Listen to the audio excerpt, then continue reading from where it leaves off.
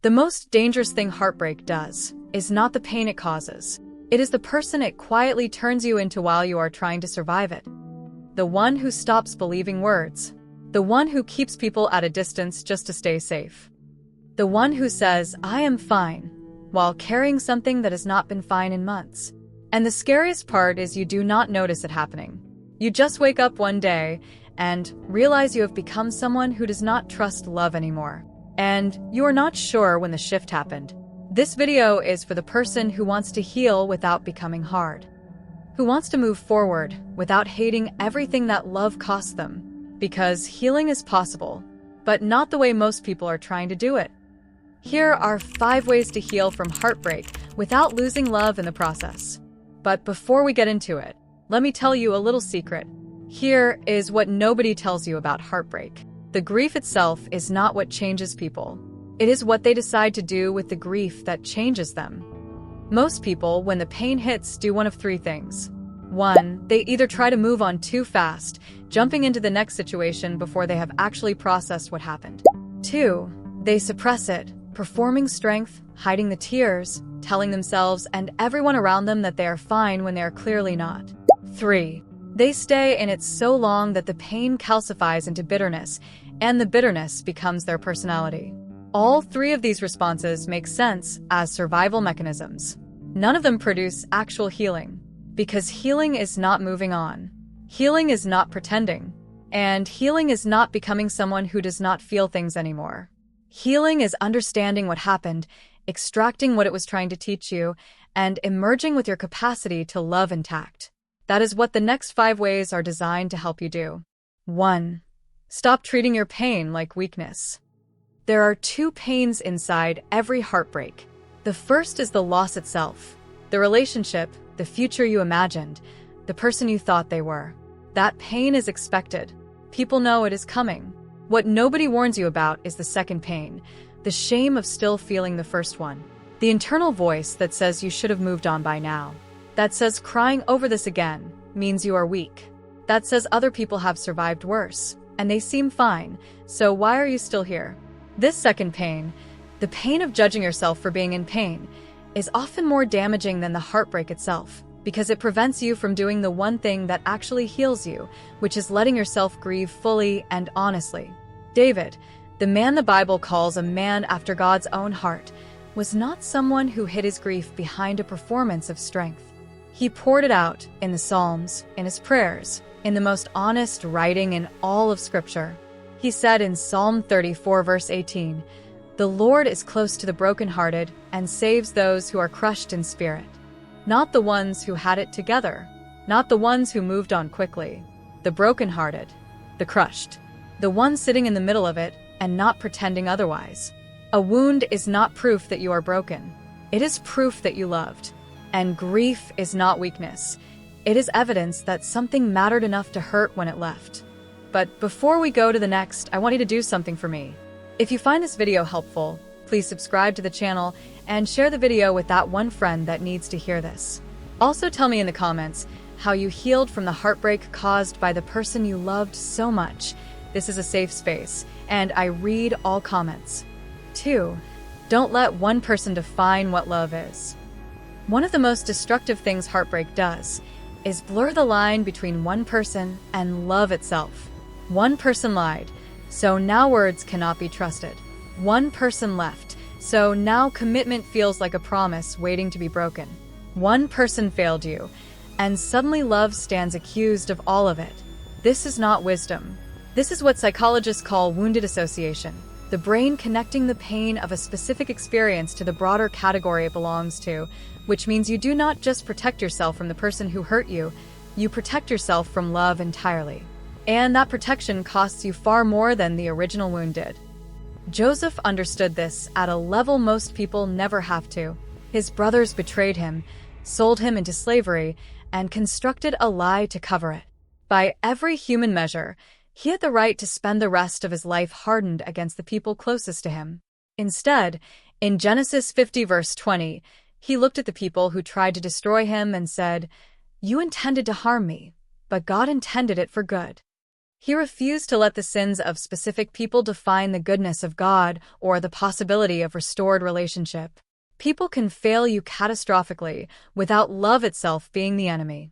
The person who hurt you is not love. They are one person. And allowing one person's failure to close your heart to love is like throwing away every meal you will ever eat because one made you sick. 3. Forgive without erasing the lesson. Forgiveness is the most misunderstood word in the healing process. Most people resist it because they have been told either explicitly or implicitly that forgiveness means acting like what happened was acceptable, that letting go of bitterness means letting the person off the hook, that moving forward means pretending the wound was not real. None of that is true. Forgiveness is not for them. It is for you. Bitterness is like carrying shattered glass in your hands while waiting for the person who broke it to come back and apologize. You are the one bleeding. They may not even know you are still holding it. Unforgiveness keeps you emotionally tethered to the person you are trying to move on from. It is the chain that connects you to someone you say you want to leave behind. Jesus forgave freely, consistently, and without condition.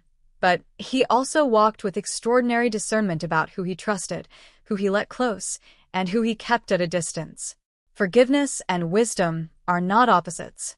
You can release the bitterness and keep the lesson simultaneously. Forgiveness does not mean forgetting what happened. It does not mean reopening the door. It does not mean trusting someone who has not earned it again. It means refusing to let yesterday's pain have authority over tomorrow's peace. The lesson stays. The poison goes. 4. Rebuild your identity before you seek another relationship. Heartbreak does not just damage your trust in other people. It damages your trust in yourself. Suddenly, silence feels like rejection. Being alone feels like failure. And without fully realizing it, many people start searching for someone new, not because they have healed, but because they are hoping another person's desire for them will repair what the pain broke inside them. This is the identity wound. And it is one of the main reasons people end up in the same painful dynamic over and over, because they are choosing from a place of depletion rather than wholeness, and depletion does not make wise choices. The woman at the well in John 4 had moved from relationship to relationship, each one becoming an attempt to fill something inside her that no person had ever been able to fill. When Jesus met her, he did not offer her another relationship. He offered her water that would never run dry, a completeness that no human being had the capacity to give her. Your identity is not something another relationship can rebuild. Your value was not created by someone's ability to stay, which means their leaving did not reduce it. But you have to actually believe that before you take another person into your life. Because if you go into the next relationship still trying to heal the wound from the last one through another person's attention and affection, you will end up using them for something they were never designed to provide, and you will end up with a wound on top of a wound. 5. Choose wisdom instead of walls. After enough pain, most people make a quiet promise to themselves. Never again. Never that open. Never that vulnerable. Never that trusting. And they start building walls. High, thick, and invisible to most people, but felt by everyone who tries to get close. And for a while, those walls work. Nothing gets in that hurts. The problem is that walls do not discriminate. They do not keep out only the bad while letting in the good. They keep out everything. The joy that requires vulnerability. The love that requires risk. The connection that requires being genuinely known. Walls do not heal you. They just hide you behind a more sophisticated kind of pain. God is not trying to turn your heart into stone. He is trying to give it wisdom. There is an enormous difference between walls and gates. A wall keeps everyone out permanently. A gate opens for the right people and closes for the wrong ones. Wisdom is the ability to tell the difference, to remain soft without being naive, to trust again without trusting blindly, to love again without abandoning the discernment that the last season was trying to build in you. Jesus was betrayed by Judas, denied by Peter, abandoned by nearly everyone in his darkest moment, and yet he never stopped loving. He never became cold. He never built walls. He walked in wisdom that knew the difference between those who were for him and those who were not, and he loved both, but he was not naive about either. Proverbs 4 verse 7 says, "Wisdom is the principal thing. Therefore get wisdom." The goal after heartbreak is not a harder heart. It is a wiser one. Here is the truth about healing that most content will not tell you, because it is not what people want to hear. You will not come out of a real heartbreak as the same person who went in. You are not supposed to. The version of you that loved too quickly, trusted without discernment, abandoned yourself to keep someone else, confused being chosen with being valuable, that version needed to change. Not because you were broken, but because you were growing. The scar is not evidence that you failed. It is evidence that you survived something that was trying to break you, and you are still here. Still capable of love. Still choosing to remain open. Still believing that what comes next does not have to look like what came before. A bone that breaks and heals correctly is often stronger at the fracture point than it was before it broke. Your heart is not the exception to that.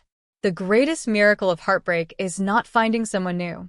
It is looking at everything you survived and realizing that through all of it, the nights that were almost unbearable, the mornings that asked too much of you, the versions of yourself you had to outgrow, through all of it, your heart still knows how to love. That is not weakness. That is one of the strongest things a human being can be.